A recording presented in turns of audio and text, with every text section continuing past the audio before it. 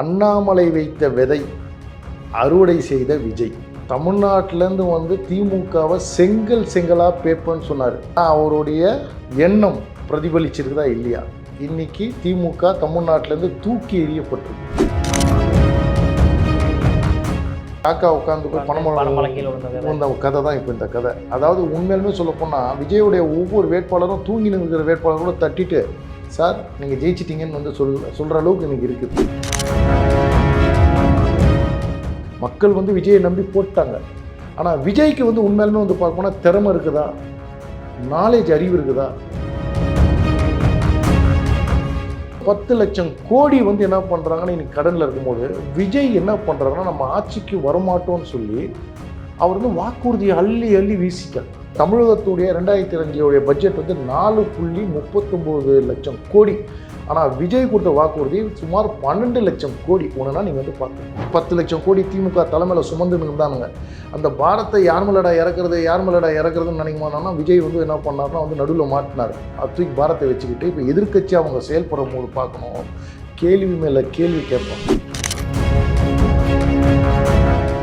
அரசியல் வரலாறுலேயே கிடையாது. 1000, 3000, 10,000க்கு மேலே வந்து கொடுத்துருக்குறாங்க சார். அப்போ எதனாலனா விஜய்னு ஒருத்தர் வந்து இவங்க வந்து வந்ததால் திமுகவுக்கு பயம் வந்துடுச்சு. திமுகவும் அதிமுகவும் இத்தனை வருஷம் இருந்து இது வரைக்கும் பிராமணர்களுக்கு வந்து எம்எல்ஏ ஆனதில்லை. இன்றைக்கி 2 பிராமணர்கள் வந்து எம்எல்ஏ ஆகிருக்கிறாங்க, முஸ்லீம் கட்சிகளில் ஆகிருக்கிறாங்க, கிறிஸ்துவர்கள் ஆகிருக்கிறாங்க, எஸ்சியில் ஆகிருக்கிறாங்க. எல்லாருக்கும் வந்து என்ன பண்ணுறோன்னா விஜய் வந்து கரெக்டாக வந்து கொடுத்துருக்கிறாரு. அதே நேரத்தில் வந்து வாய்ப்புகளும் கொடுத்துருக்கிறாரு.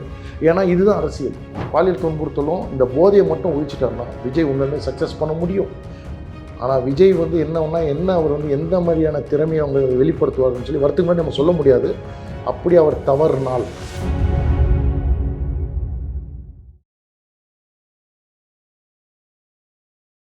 இளையபரத நேயர்களுக்கு வணக்கம். இன்றைக்கி நம்ம நேர்களில் நம்ம சிறப்பு விருந்தினர் பாஜக நிர்வாகி முகமது அத்தாவுல்லா சார் அவர்கள் தான். சார் வணக்கம் சார். வணக்கம், வாழ்க வளமுடன் சார். எப்படி இருக்கிறீங்க சார்? பக்காவாக இருக்கும் சார். நீங்கள் எப்படி இருக்கீங்க? ரொம்ப நல்லா இருக்கிறேன் சார். ஏன் சார் அந்தளவுக்கு சந்தோஷமாக இருக்குதா விஜய் ஜெயிச்சதில்? திமுக தமிழ்நாட்டிலேருந்து ஒழிஞ்சிச்சு இல்லை சார், அதனால் வந்து ஒரே கொண்டாட்டம் தான் சார். கொண்டாட்டம் ஓகே சார். பட் இருந்தாலுமே வந்து எதிர்பார்த்த அளவுக்கு பாஜக ஒரு பக்கம் வர முடியல, அதிமுக வர முடியல. எதிர்பாராமல் விஜய் அவர்கள் வந்திருக்காரு. முதல்ல இந்த தமிழ்நாட்டில் வந்து வெற்றி பெற்ற வேட்பாளர்களுக்கு ஒவ்வொருக்கும் என்னுடைய மனமார்ந்த வாழ்த்துக்கள். அண்ணாமலை வைத்த விதை அறுவடை செய்த விஜய். ஒத்துப்பீங்களா? நிச்சயமா சார். அதாவது தமிழ்நாட்டிலேருந்து வந்து திமுகவை செங்கலாக பேப்பன்னு சொன்னார். நல்லா ஒன்று சொன்னாங்க, அண்ணாமலை பேக்கலன்னு வந்து நீங்கள் சொல்லக்கூடாது. ஆனால் அவருடைய எண்ணம் பிரதிபலிச்சிருக்குதா இல்லையா? இன்றைக்கி திமுக தமிழ்நாட்டிலேருந்து தூக்கி எறியப்பட்டிருக்கு. 2021 அண்ணாமலை வந்து சொன்ன ஒரு வார்த்தை நீங்கள் தயவுசெய்து அந்த வீடியோட தான் எடுத்து போடுங்க. ஒரு படித்த இளைஞன் அந்த இடத்துல அப்பயே சொன்ன ஒரு விஷயம், 10 வருஷத்துக்கு நம்ம கஷ்டப்பட்டால் 2031 ஆட்சிக்கு நம்ம வர முடியும்னு சொல்லி அந்த இடத்துல முதல் ஸ்டேட்மெண்ட் வந்து அவர் வந்து கொடுத்தாரு. திமுகக்கு எதிராக டிஎம்கே ஃபைல்ஸ் 1, டிஎம்கே ஃபைல்ஸ் 2 இதை வந்து இது பண்ணார். ஆனால் இன்றைக்கி அவர் நினைத்ததை சாதித்திருக்கிறார் விஜய். ஆக மொத்தத்தில் எனக்கு தெரியும் என்னுடைய தலைவன் கூட வந்து சந்தோஷமாக தான் இருப்பார், தமிழ்நாட்டிலேருந்து திமுக ஒழித்து விட்டார்கள் சொல்லி. சார், அதாவது தமிழ்நாட்டிலேருந்து திமுக ஒழித்து விட்டார்கள் அப்படின்றது அது பாஜகவோடையோ அதிமுகவோடையோ கிடையாது, விஜய் அவர்களால்ன்ற போது அப்போ ஒரு கேள்விக்குரியதா இல்லையாங்க? நியாயமான ஒரு விஷயம். நீங்கள் விஜய்கிட்டே கேளுங்க, நீங்கள் சிஎம் ஆயிருக்க முடியுமான்னு. சிஎம்கே வந்து முதல்ல விஜய்க்கே வந்து நம்பிக்கை இல்லை சார். 40-50 சீட்டு தான் அவர் வந்து வருவாருன்னு எதிர்பார்த்தாரு. ஒரு பழமொழி சொல்லுவாங்கள்ல, அதாவது என்ன சொல்லுவாங்க, அந்த காக்கா உட்காந்து போய் பணம் கதை தான் இப்போ இந்த கதை. அதாவது உண்மையிலுமே சொல்ல போனால் விஜயுடைய ஒவ்வொரு வேட்பாளரும் தூங்கி நிற்கிற வேட்பாளரோட தட்டிட்டு, சார் நீங்கள் ஜெயிச்சிட்டிங்கன்னு வந்து சொல்கிற அளவுக்கு இன்றைக்கி இருக்குது. ஏன்னா இன்றைக்கி 18 தொகுதியில் தான் வந்து பிரச்சாரம் பண்ணார். இன்றைக்கி பிரச்சாரமே வந்து பண்ணலை அந்த இடத்துல. உண்மையிலுமே சொன்னால் விஜயுடைய முகம் ஓப்பனாக சொல்ல போனால் வந்து விஜயுடைய ஒரு பிரம்ம, அதாவது சுனாமின்னு சொல்லுவாங்க. சுனாமி வந்து அப்பப்போ வராது சார். எனக்கு தெரிஞ்சு 2004 வந்ததுன்னு நினைக்கிறேன் சுனாமி. ஆமாம் சார். புரியுதுங்களா? இந்த சுனாமி அலை வந்ததில் என்ன ஆச்சுன்னா வந்து இந்த சுனாமி அலை வந்து ஒன்றும் முடியல. இது எங்கே வந்து விஜயே பெருட்டி தூக்கி போயிடுமோன்னு வந்து ஒரு அச்சம். தமிழ்நாட்டு மக்கள் என்னமோ வந்து கிரீடத்தை தூக்கி வந்து விஜய் தலையில் வச்சுட்டாங்க. காரணம் வந்து உண்மையாக இப்போ கூட சொல்கிறேன், எனக்கு விஜய் மேலே எந்த ஒரு காழ்ப்புணர்ச்சியும் கிடையாது. விஜய் வரணும்னு சொல்லி என்னுடைய மாநில தலைவரும் சொன்னார். ஆதரவு கொடுத்தது அண்ணாமலை தான். இது வரைக்கும் விஜய்க்கு எதிராக வந்து அவர் ஒரு விமர்சனம் கூட வச்சதில்லை. ஏன்னா அவருக்கு தெரியும் ப்ரீ பிளான் அண்ணாமலை அவர்களுக்கு வந்து ப்ரீ பிளான் நல்லா தெரியும். விஜய் ஒரு பெரிய தாக்கத்தை ஏற்படுத்துவார் சொல்லி அவர் வந்து மென்ஷன் பண்ணி எந்த இடத்துல கூட விமர்சனம் பண்ணியிருக்க மாட்டார். இன்னைக்கு வந்து அந்த 48 பேர் இறந்த கரூரில் இறந்தது கூட வந்து முதல் ஆதரவு கொடுத்தது அண்ணாமலை. அதுக்கப்புறம் தான் ஒருத்தர் வந்து கொடுக்க ஆரம்பித்தாங்க. நான் ஏன் சொல்ல வரேன்னா, இதே விஜய் அவர்கள் வந்து எதிர்க்கட்சி தலைவராக வந்து உட்கார்ந்து ஒரு 5 வருஷம் வந்து கேள்வி மேலே கேள்வி கேட்டு இருந்தாங்கன்னா, என்னுடைய தனிப்பட்ட விஷயம் சார், 2029 எம்பி எலெக்ஷனில் வந்து ஒட்டுமொத்தமாக ஸ்வீப் பண்ணியிருப்பார். அடுத்தது 2031 10 வருஷத்துக்கு விஜய் வந்து இருக்க முடியும்.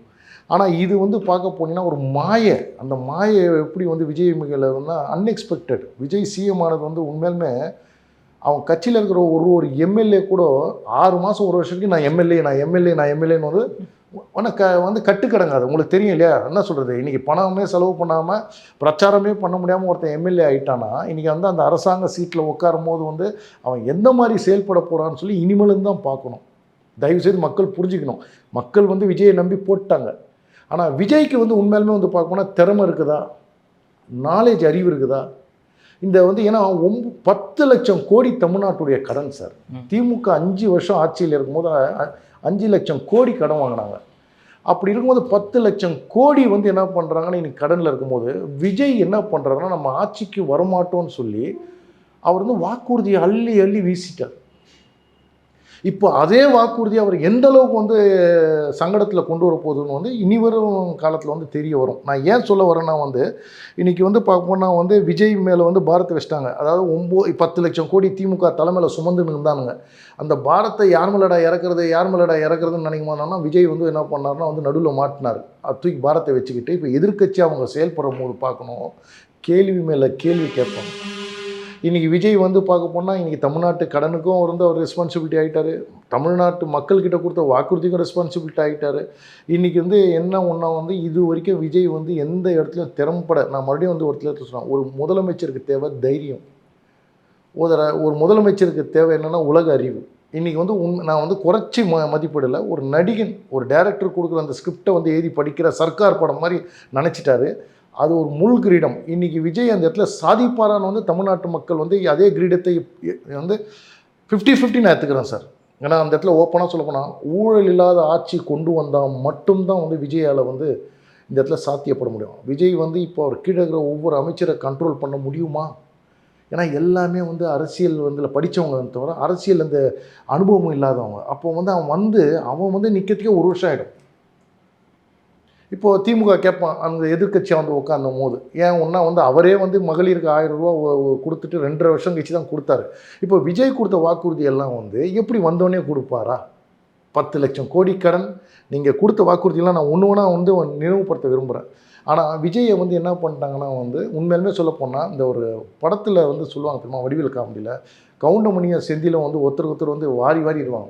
ஏய் நான் ஒரு முடிச்சோக்கி, நான் ஒரு முல்லை மாதிரி, நான் ஒரு தெருப்புருக்கி, நான் அந்த மாதிரி இவங்க 2 பேருமே இவங்க கட்டிக்க மேகலன்னு சொல்லுவார் தெரியுமா. அந்த மாதிரி கதை அதிமுக விமர்சனம் பண்ணாங்க, திமுக விமர்சனம் பண்ணாங்க. நடுவில் விஜய் வந்து முளைச்சிட்டார். ஆக்சுவலி வந்து ஃப்ரீயாக விளம்பரம் பண்ணிட்டாங்க விஜயை. இன்றைக்கி தமிழ்நாட்டிலே உண்மையாக சொல்ல போனால் அரசியல் வரலாறுலேயே கிடையாது. 1000, 3000, 10,000க்கு மேலே வந்து கொடுத்துருக்குறாங்க சார். அப்போ எதனாலனா விஜய்னு ஒருத்தர் வந்து இன்றைக்கி வந்து வந்ததால் திமுகவுக்கு பயம் வந்துடுச்சு. உண்மையாலுமே வந்து சொல்ல போனால் என்னன்னா அந்த இடத்துல வந்து திமுகவுக்கு ஓட்டு போடக்கூடாதுன்னு மக்கள் முடிவெடுத்துட்டாங்க. 3வது புதுசாக வந்த விஜய்க்கு அந்த வாக்கு ஃபுல்லாக வந்து போய் சேர்ந்துடுச்சு. இதுதான் வந்து விஜய்க்கு அடித்த ஒரு ஜாக்பாட். அதாவது ஏன் நான் அந்த இடத்துல சொல்கிறேன்னா வந்து இப்போது வந்து விஜய் வந்து போனால் திருச்சியில் நின்றார், தமிழ்நாட்டில் இருந்தார் சார். நான் வந்து அந்த இடத்துல நான் ஒரு குடிமகனை அந்த இடத்துல வந்து பதிவு பண்ண விருப்பப்படுறேன். தேர்தல் ஆணையம் வந்து ஒரு சட்டத்தை கொண்டு வரணும். ஏன்னா ஒரு தொகுதி 2 தொகுதியில் ஒரே நேரத்தில் நிற்கிறது வந்து தவிர்க்கணும். இப்போ பாருங்கள், அந்த இடத்துல ஜெயிச்ச இடத்துல வந்து ராஜினாமா பண்ணால் ஒரு இடைத்தேர்தல் யாருடைய பணம்? அப்போ வீட்டு காசு, மக்களுடைய காசு. அப்போ அந்த பணம் வீணாகுதா? இப்போ அதே மாதிரி இந்த சிவி சண்முகம் அவர் வந்து ஜெயிச்சார். இப்போ என்னடான்னா வந்து வந்தால் எனக்கு மினிஸ்டர் கிடைக்காதுன்னு சொல்லி அவரும் அந்த இடத்துல ரிசைன் பண்ணுறாருன்னா எப்படி ஏற்றுக்க முடியும்?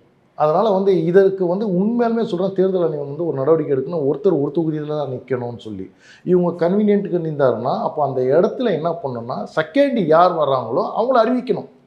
அது சட்டத்தை கொண்டு வரணும். மக்கள் பதிவு பண்ண வேஸ்ட் ஆகாது. நீ ராஜினாமா பண்ணால் 2வது யாரும் அவனை கொண்டு வா. பண்ணலாமா பண்ணக்கூடாது. இது மக்களுடைய விருப்பம். அதே நேரத்தில் வந்து இந்த இடத்துல புள்ளி விவரங்களை வந்து நீங்கள் வந்து பார்க்க போனீங்கன்னா நான் வந்து உங்கள்கிட்ட சொல்கிறேன்னு விருப்பப்படுறேன் சார். 108 இடம் வந்து ஜெயிச்சிருக்கிறாங்க. 11 இடம் வந்து இன்றைக்கி வந்து பார்க்க போனீங்கன்னா திருமாவளவன் சொல்கிறாரு, நாங்கள் விஜய்க்கு எதிரானவங்களே இல்லை. தேமுதிக வந்து சொல்கிறாங்க விஜய் எங்கள் வீட்டு பிள்ளை. காங்கிரஸ் என்ன சொல்கிறாங்க அந்த இடத்துல, நாங்கள் வந்து எந்த ஒரு எதிர்பார்ப்புமா உங்களுக்கு வந்து உங்களுக்கு இது தரோம், ஆதரவு தரோம்னு சொல்கிறாங்க. எப்படியெல்லாம் வந்து வராங்கன்னு பாருங்கள். ஆனால் இங்கே வந்து கொஞ்சம் நோட் பண்ணோம், தமிழ்நாட்டில் வந்து ஓட்டுக்கள் வந்து போனால் 5.73 5,73,00,000 பேர். ஆனால் போலிங் ஆனது வந்து பார்க்கணும்னா 4,83,00,000 வந்து போலிங் ஆகிருக்குது. புது ஓட்டர்ஸ் வந்து 20 லட்சம் பேர் போட்டிருக்கிறாங்க. இப்போ விஜய் வந்து பார்க்கணும்னா 1,70,00,000 ஓட்டு எடுத்துருக்கிறாங்க. இன்றைக்கி திமுக பார்க்கணும்னா 1,20,00,000 ஓட்டு எடுத்துருக்கிறாங்க. கிட்டத்தட்ட வந்து 52 லட்சம் கோடி வந்து அந்த இடத்துல 52 லட்சம் வந்து அந்த இடத்துல வந்து டிஃப்ரென்ஸ் வந்துருக்குது. இப்போ இது யார் ஓட்டுன்னு நீங்கள் நினைக்கிறீங்க? நான் உங்களுடைய யூடியூப் சேனலாக இருந்தாலும் சரி, ஒவ்வொரு சேனல்லையும் வந்து நான் பேச ஒரே ஒரு விஷயம், மைனாரிட்டி இல்லாமல் யாரும் ஆட்சிக்கு வர முடியாதுன்னு வந்து நான் பதிவு பண்ணின்னு வந்திருக்கிறேன். இதை நான் ஏன் வந்து உறுதியாக சொல்ல வரேன்னா வந்து நான் பிஜேபிலையும் இந்த அட்வைஸ் வந்து கொடுத்துன்னு வந்தேன். உதாரணத்துக்கு இன்றைக்கி வந்து அதிமுகவில் கூட போனால் ஒரு முஸ்லீமுக்கு மட்டும்தான் கொடுத்தாங்க, பிஜேபியில் வந்து ஒரு முஸ்லீமுக்கும் கொடுக்கல. ஏன்னா பிஜேபி டிசைட் பண்ணிட்டாங்க முஸ்லீம்ஸுங்களும் மைனாரிட்டி, அதாவது கிறிஸ்டின்ஸுங்களும் ஓட்டு நம்மளுக்கு வராதுன்னு சொன்னது போது இங்கே அதிருப்தி இருக்குது. ஆனால் யாருமே போய் வந்து மைனாரிட்டிக்கிட்ட அப்ரோச் பண்ணல. அதை விஜய் கரெக்டாக போய் அப்ரோச் பண்ணிட்டார் சார். 18% ஓட்டு சார், 15% ஏற்றா கூட கிட்டத்தட்ட 72 லட்சம் பேர் ஓட்டு சார். அப்போ யார் வந்து விஜயை காப்பாற்றினாங்க? கிட்டத்தட்ட 50 தொகுதியில் வந்து மைனாரிட்டியோட வெற்றி தோல்வியை நிர்ணயிக்கக்கூடிய ஒரு 50, இதுதான் நான் வந்து சொல்லின்னு வரேன். இந்த 1-2 சீட்டுக்கு இஸ்லாமிய தலைவர்கள்லாம் போய் காலில் விழாதீங்கடா, 50-40 தொகுதிகளை கேளுங்கன்னு சொல்லி. ஆனால் எவனுமே வந்து கேட்கல. இன்றைக்கி மைனாரிட்டி ஓட்டு எந்தளவு வந்து ஜெயிக்க வச்சிருக்குது. ஏன்னா இதை தான் பிஜேபியும் ஏடிஎம்கே பண்ண ஒரு தப்பு என்னென்னா, 1% இருக்கிற தேமுதிகவுக்கு சண்டை போடுறாங்க, 1% இருக்கிற திருமாவளவனுக்கு சண்டை போடுறானுங்க.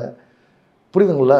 அதாவது இவங்க வந்து என்ன பண்ணுறாங்கன்னா எல்லாமே 0.5% இருக்கிறவங்க தலைமையில் தூக்கி வைக்கிறாங்க சார். உண்மையாலுமே சொல்ல போனால் சில பிஜேபியில் இருக்கிற சில அமைப்புகளும் வந்து பார்க்க போனீங்கன்னா, நான் ஓப்பனாக சொல்கிறேன், இந்து முன்னணியாக இருக்கட்டும், இல்லை இந்து மக்கள் கட்சி எல்லாம் இருக்கட்டும், இதெல்லாம் பாயிண்ட்டு கூட ஒன்றுமே கிடையாது. இவங்கெல்லாம் வந்து இது நான் இந்த இடத்துல ஏன் பதிவு பண்ணுறேன்னா ஒரு தொண்டுனா, அதாவது இந்துக்களே ஏன்னா அதை தான் என்ன பண்ணுறாங்க, ஆப்போசிட்டில் இருக்கிறோம் பிரிவினை ஏற்படுத்துகிறாங்கன்றாங்க. நீங்கள் வந்து இப்போ நான் கேட்குறேன், இப்போ 1,70,00,000 பேர் போட்டுக்கிறாங்களே ஓட்டு, யார் எப்படி போட்டாங்க?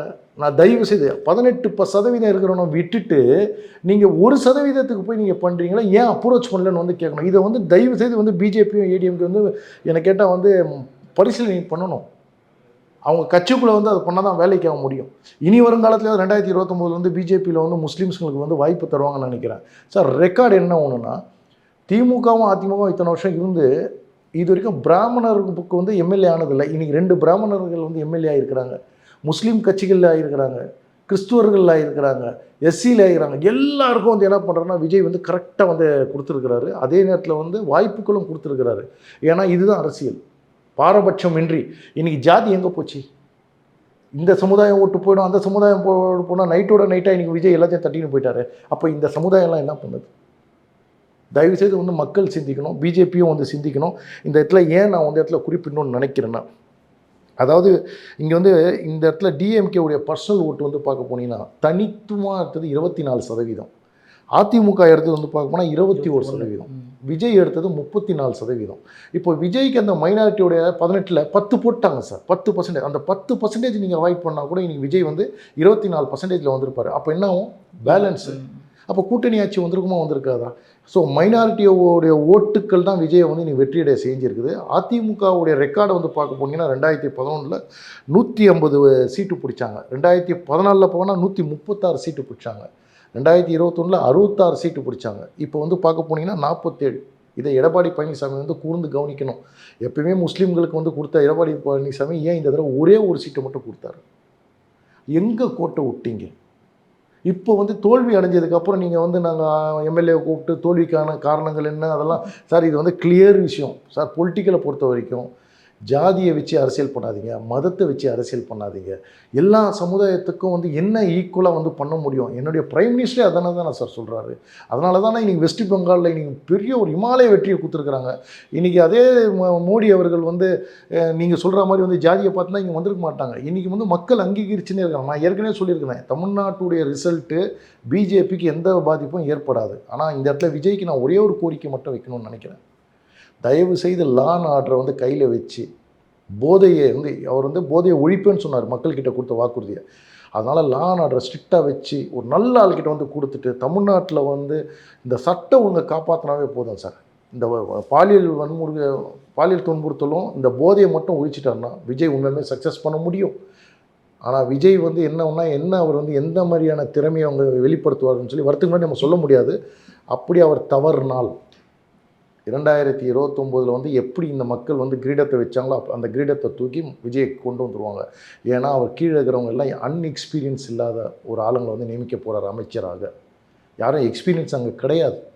ஸோ என்ன சொல்கிறதுனா வந்து தப்பாக நினச்சிக்கோன்னா குரங்கு கையில் பூமாலை. என்னதான் வந்து இவர் திறமையான ஐஏஎஸ் ஐபிஎஸ்ஸை வச்சாலும் அவர் கொடுத்த வாக்குறுதிகளை இந்த இடத்துல வந்து நான் நினைவுபடுத்த விரும்புகிறேன். தயவுசெய்து மக்கள் சிந்திக்கணும். இதெல்லாம் வந்து சாத்தியமானு கேட்டால் வந்து சாத்தியம் சார். நான் வந்து அதை வந்து ஏன்னா நான் டிமோட்டிவேட் பண்ண விரும்பலை. ஏன்னா விஜய் வந்து என்னென்னா இன்றைக்கி வந்து மீனவர்கள் பாதுகாப்பு உரிமை தொகைன்னு சொல்லி என்னென்னா 8000 கொடுத்தது 20,000 ரூபா வந்து வாக்குறுதி கொடுத்துருக்குறாரு. எப்படி சார் 10 lakhs crores கடன் சார். 20,000 ரூபா. அது மட்டும் இல்லை, சிறைப்பிடிக்கப்படும் படகுகளுக்கு வந்து 5 லட்சம் ரூபா நிவாரணம் வழங்கப்படும் சார். நான் வரவேற்கிறேன்.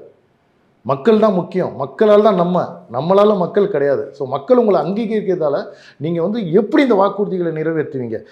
அதாவது டீசல் மானியம் வந்து போனால் 3500 லிட்டர் அந்த இடத்துல வந்து உயர்த்தப்படும் சொல்லியிருக்காங்க. அது மட்டும் இல்லை, குடும்ப தலைவிக்கு 2500 ரூபா எப்போ விஜய் தருவார்? திமுக மாதிரி 2.5 வருஷம் கழிச்சு கொடுப்பாரா இல்லை வந்த முதல் கையை தான் சார்? இது மக்கள் கேட்குறாங்க. இப்போ கூட ஒரு விஷயம் சொல்கிறேன் கேட்டுங்க. மக்கள் எப்படி என்ன வந்து நீ கொடுத்த வாக்குறுதியை நிறைவேற்றலைனாலும் பிரச்சனை கிடையாது. நான் ஓப்பனாக சொல்கிறேன். ஏன்னா இன்னைக்கு மக்களே வந்து என்ன ஒன்றா வந்து முதல் முறையாக தமிழ்நாட்டு மக்கள் ஊழல் பண்ணியிருக்கிறாங்க. அரசியல்வாதிகிட்ட பணம் வாங்கி ஓட்டை வந்து மாற்றி போட்டுருக்கிறாங்க. இதை நான் வரவேற்கிறேன்.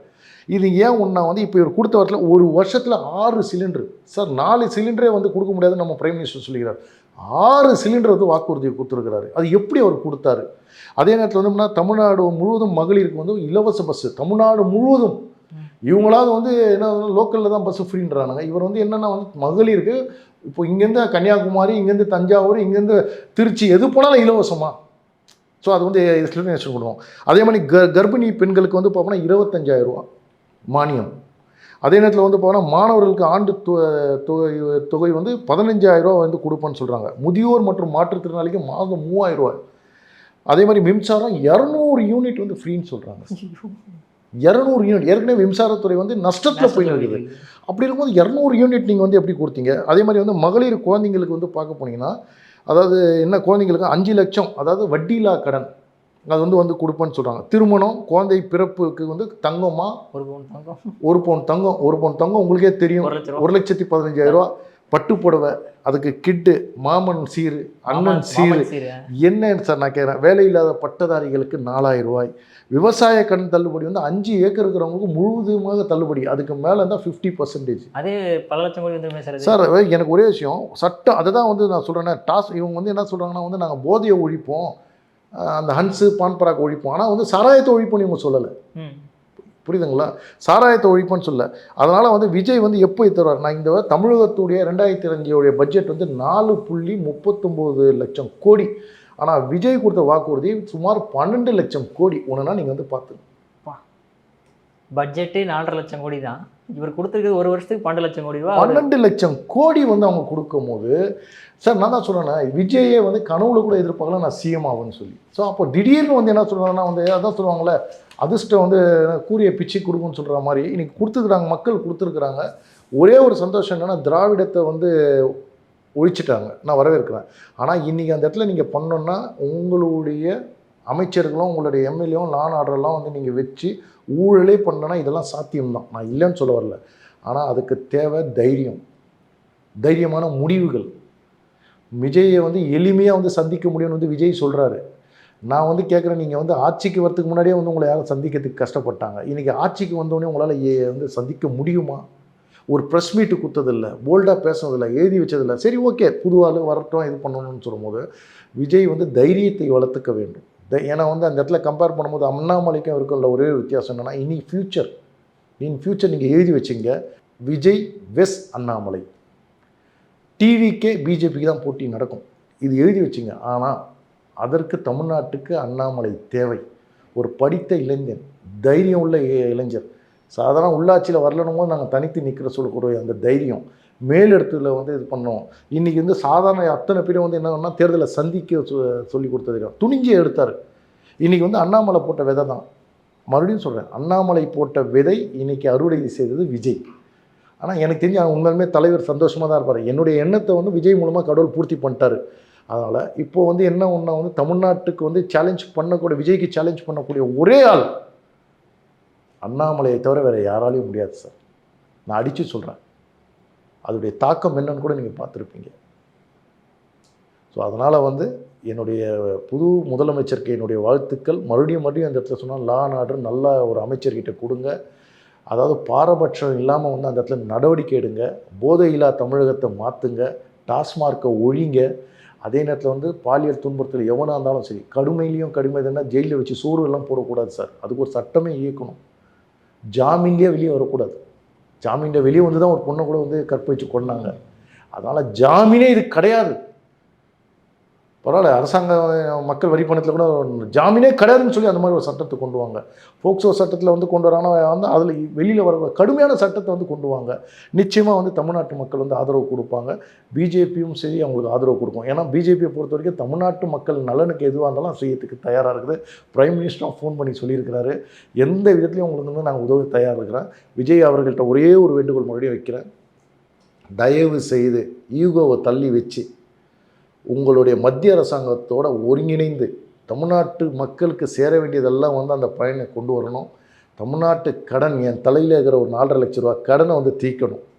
அதனால் வந்து என்ன இருதோ வந்து இவன் சொல்கிறான் அவன் தரலான்னு சொல்கிறேன். தமிழ்நாட்டு மக்களுக்கு எது தேவையோ மத்திய அரசாங்கத்தோட ஒருங்கிணைந்து வந்து இந்த செயல்படுத்தணும் தான் என்னுடைய வேண்டுகோளாக வைக்கிறேன். Okay sir. சார் அற்புதம் விளக்கம் கொடுத்தீங்க சார். உங்கள் பொண்ணான நேரத்தில் லேபர் மிக்க நன்றி சார். ஜெய்ஹிந்த்.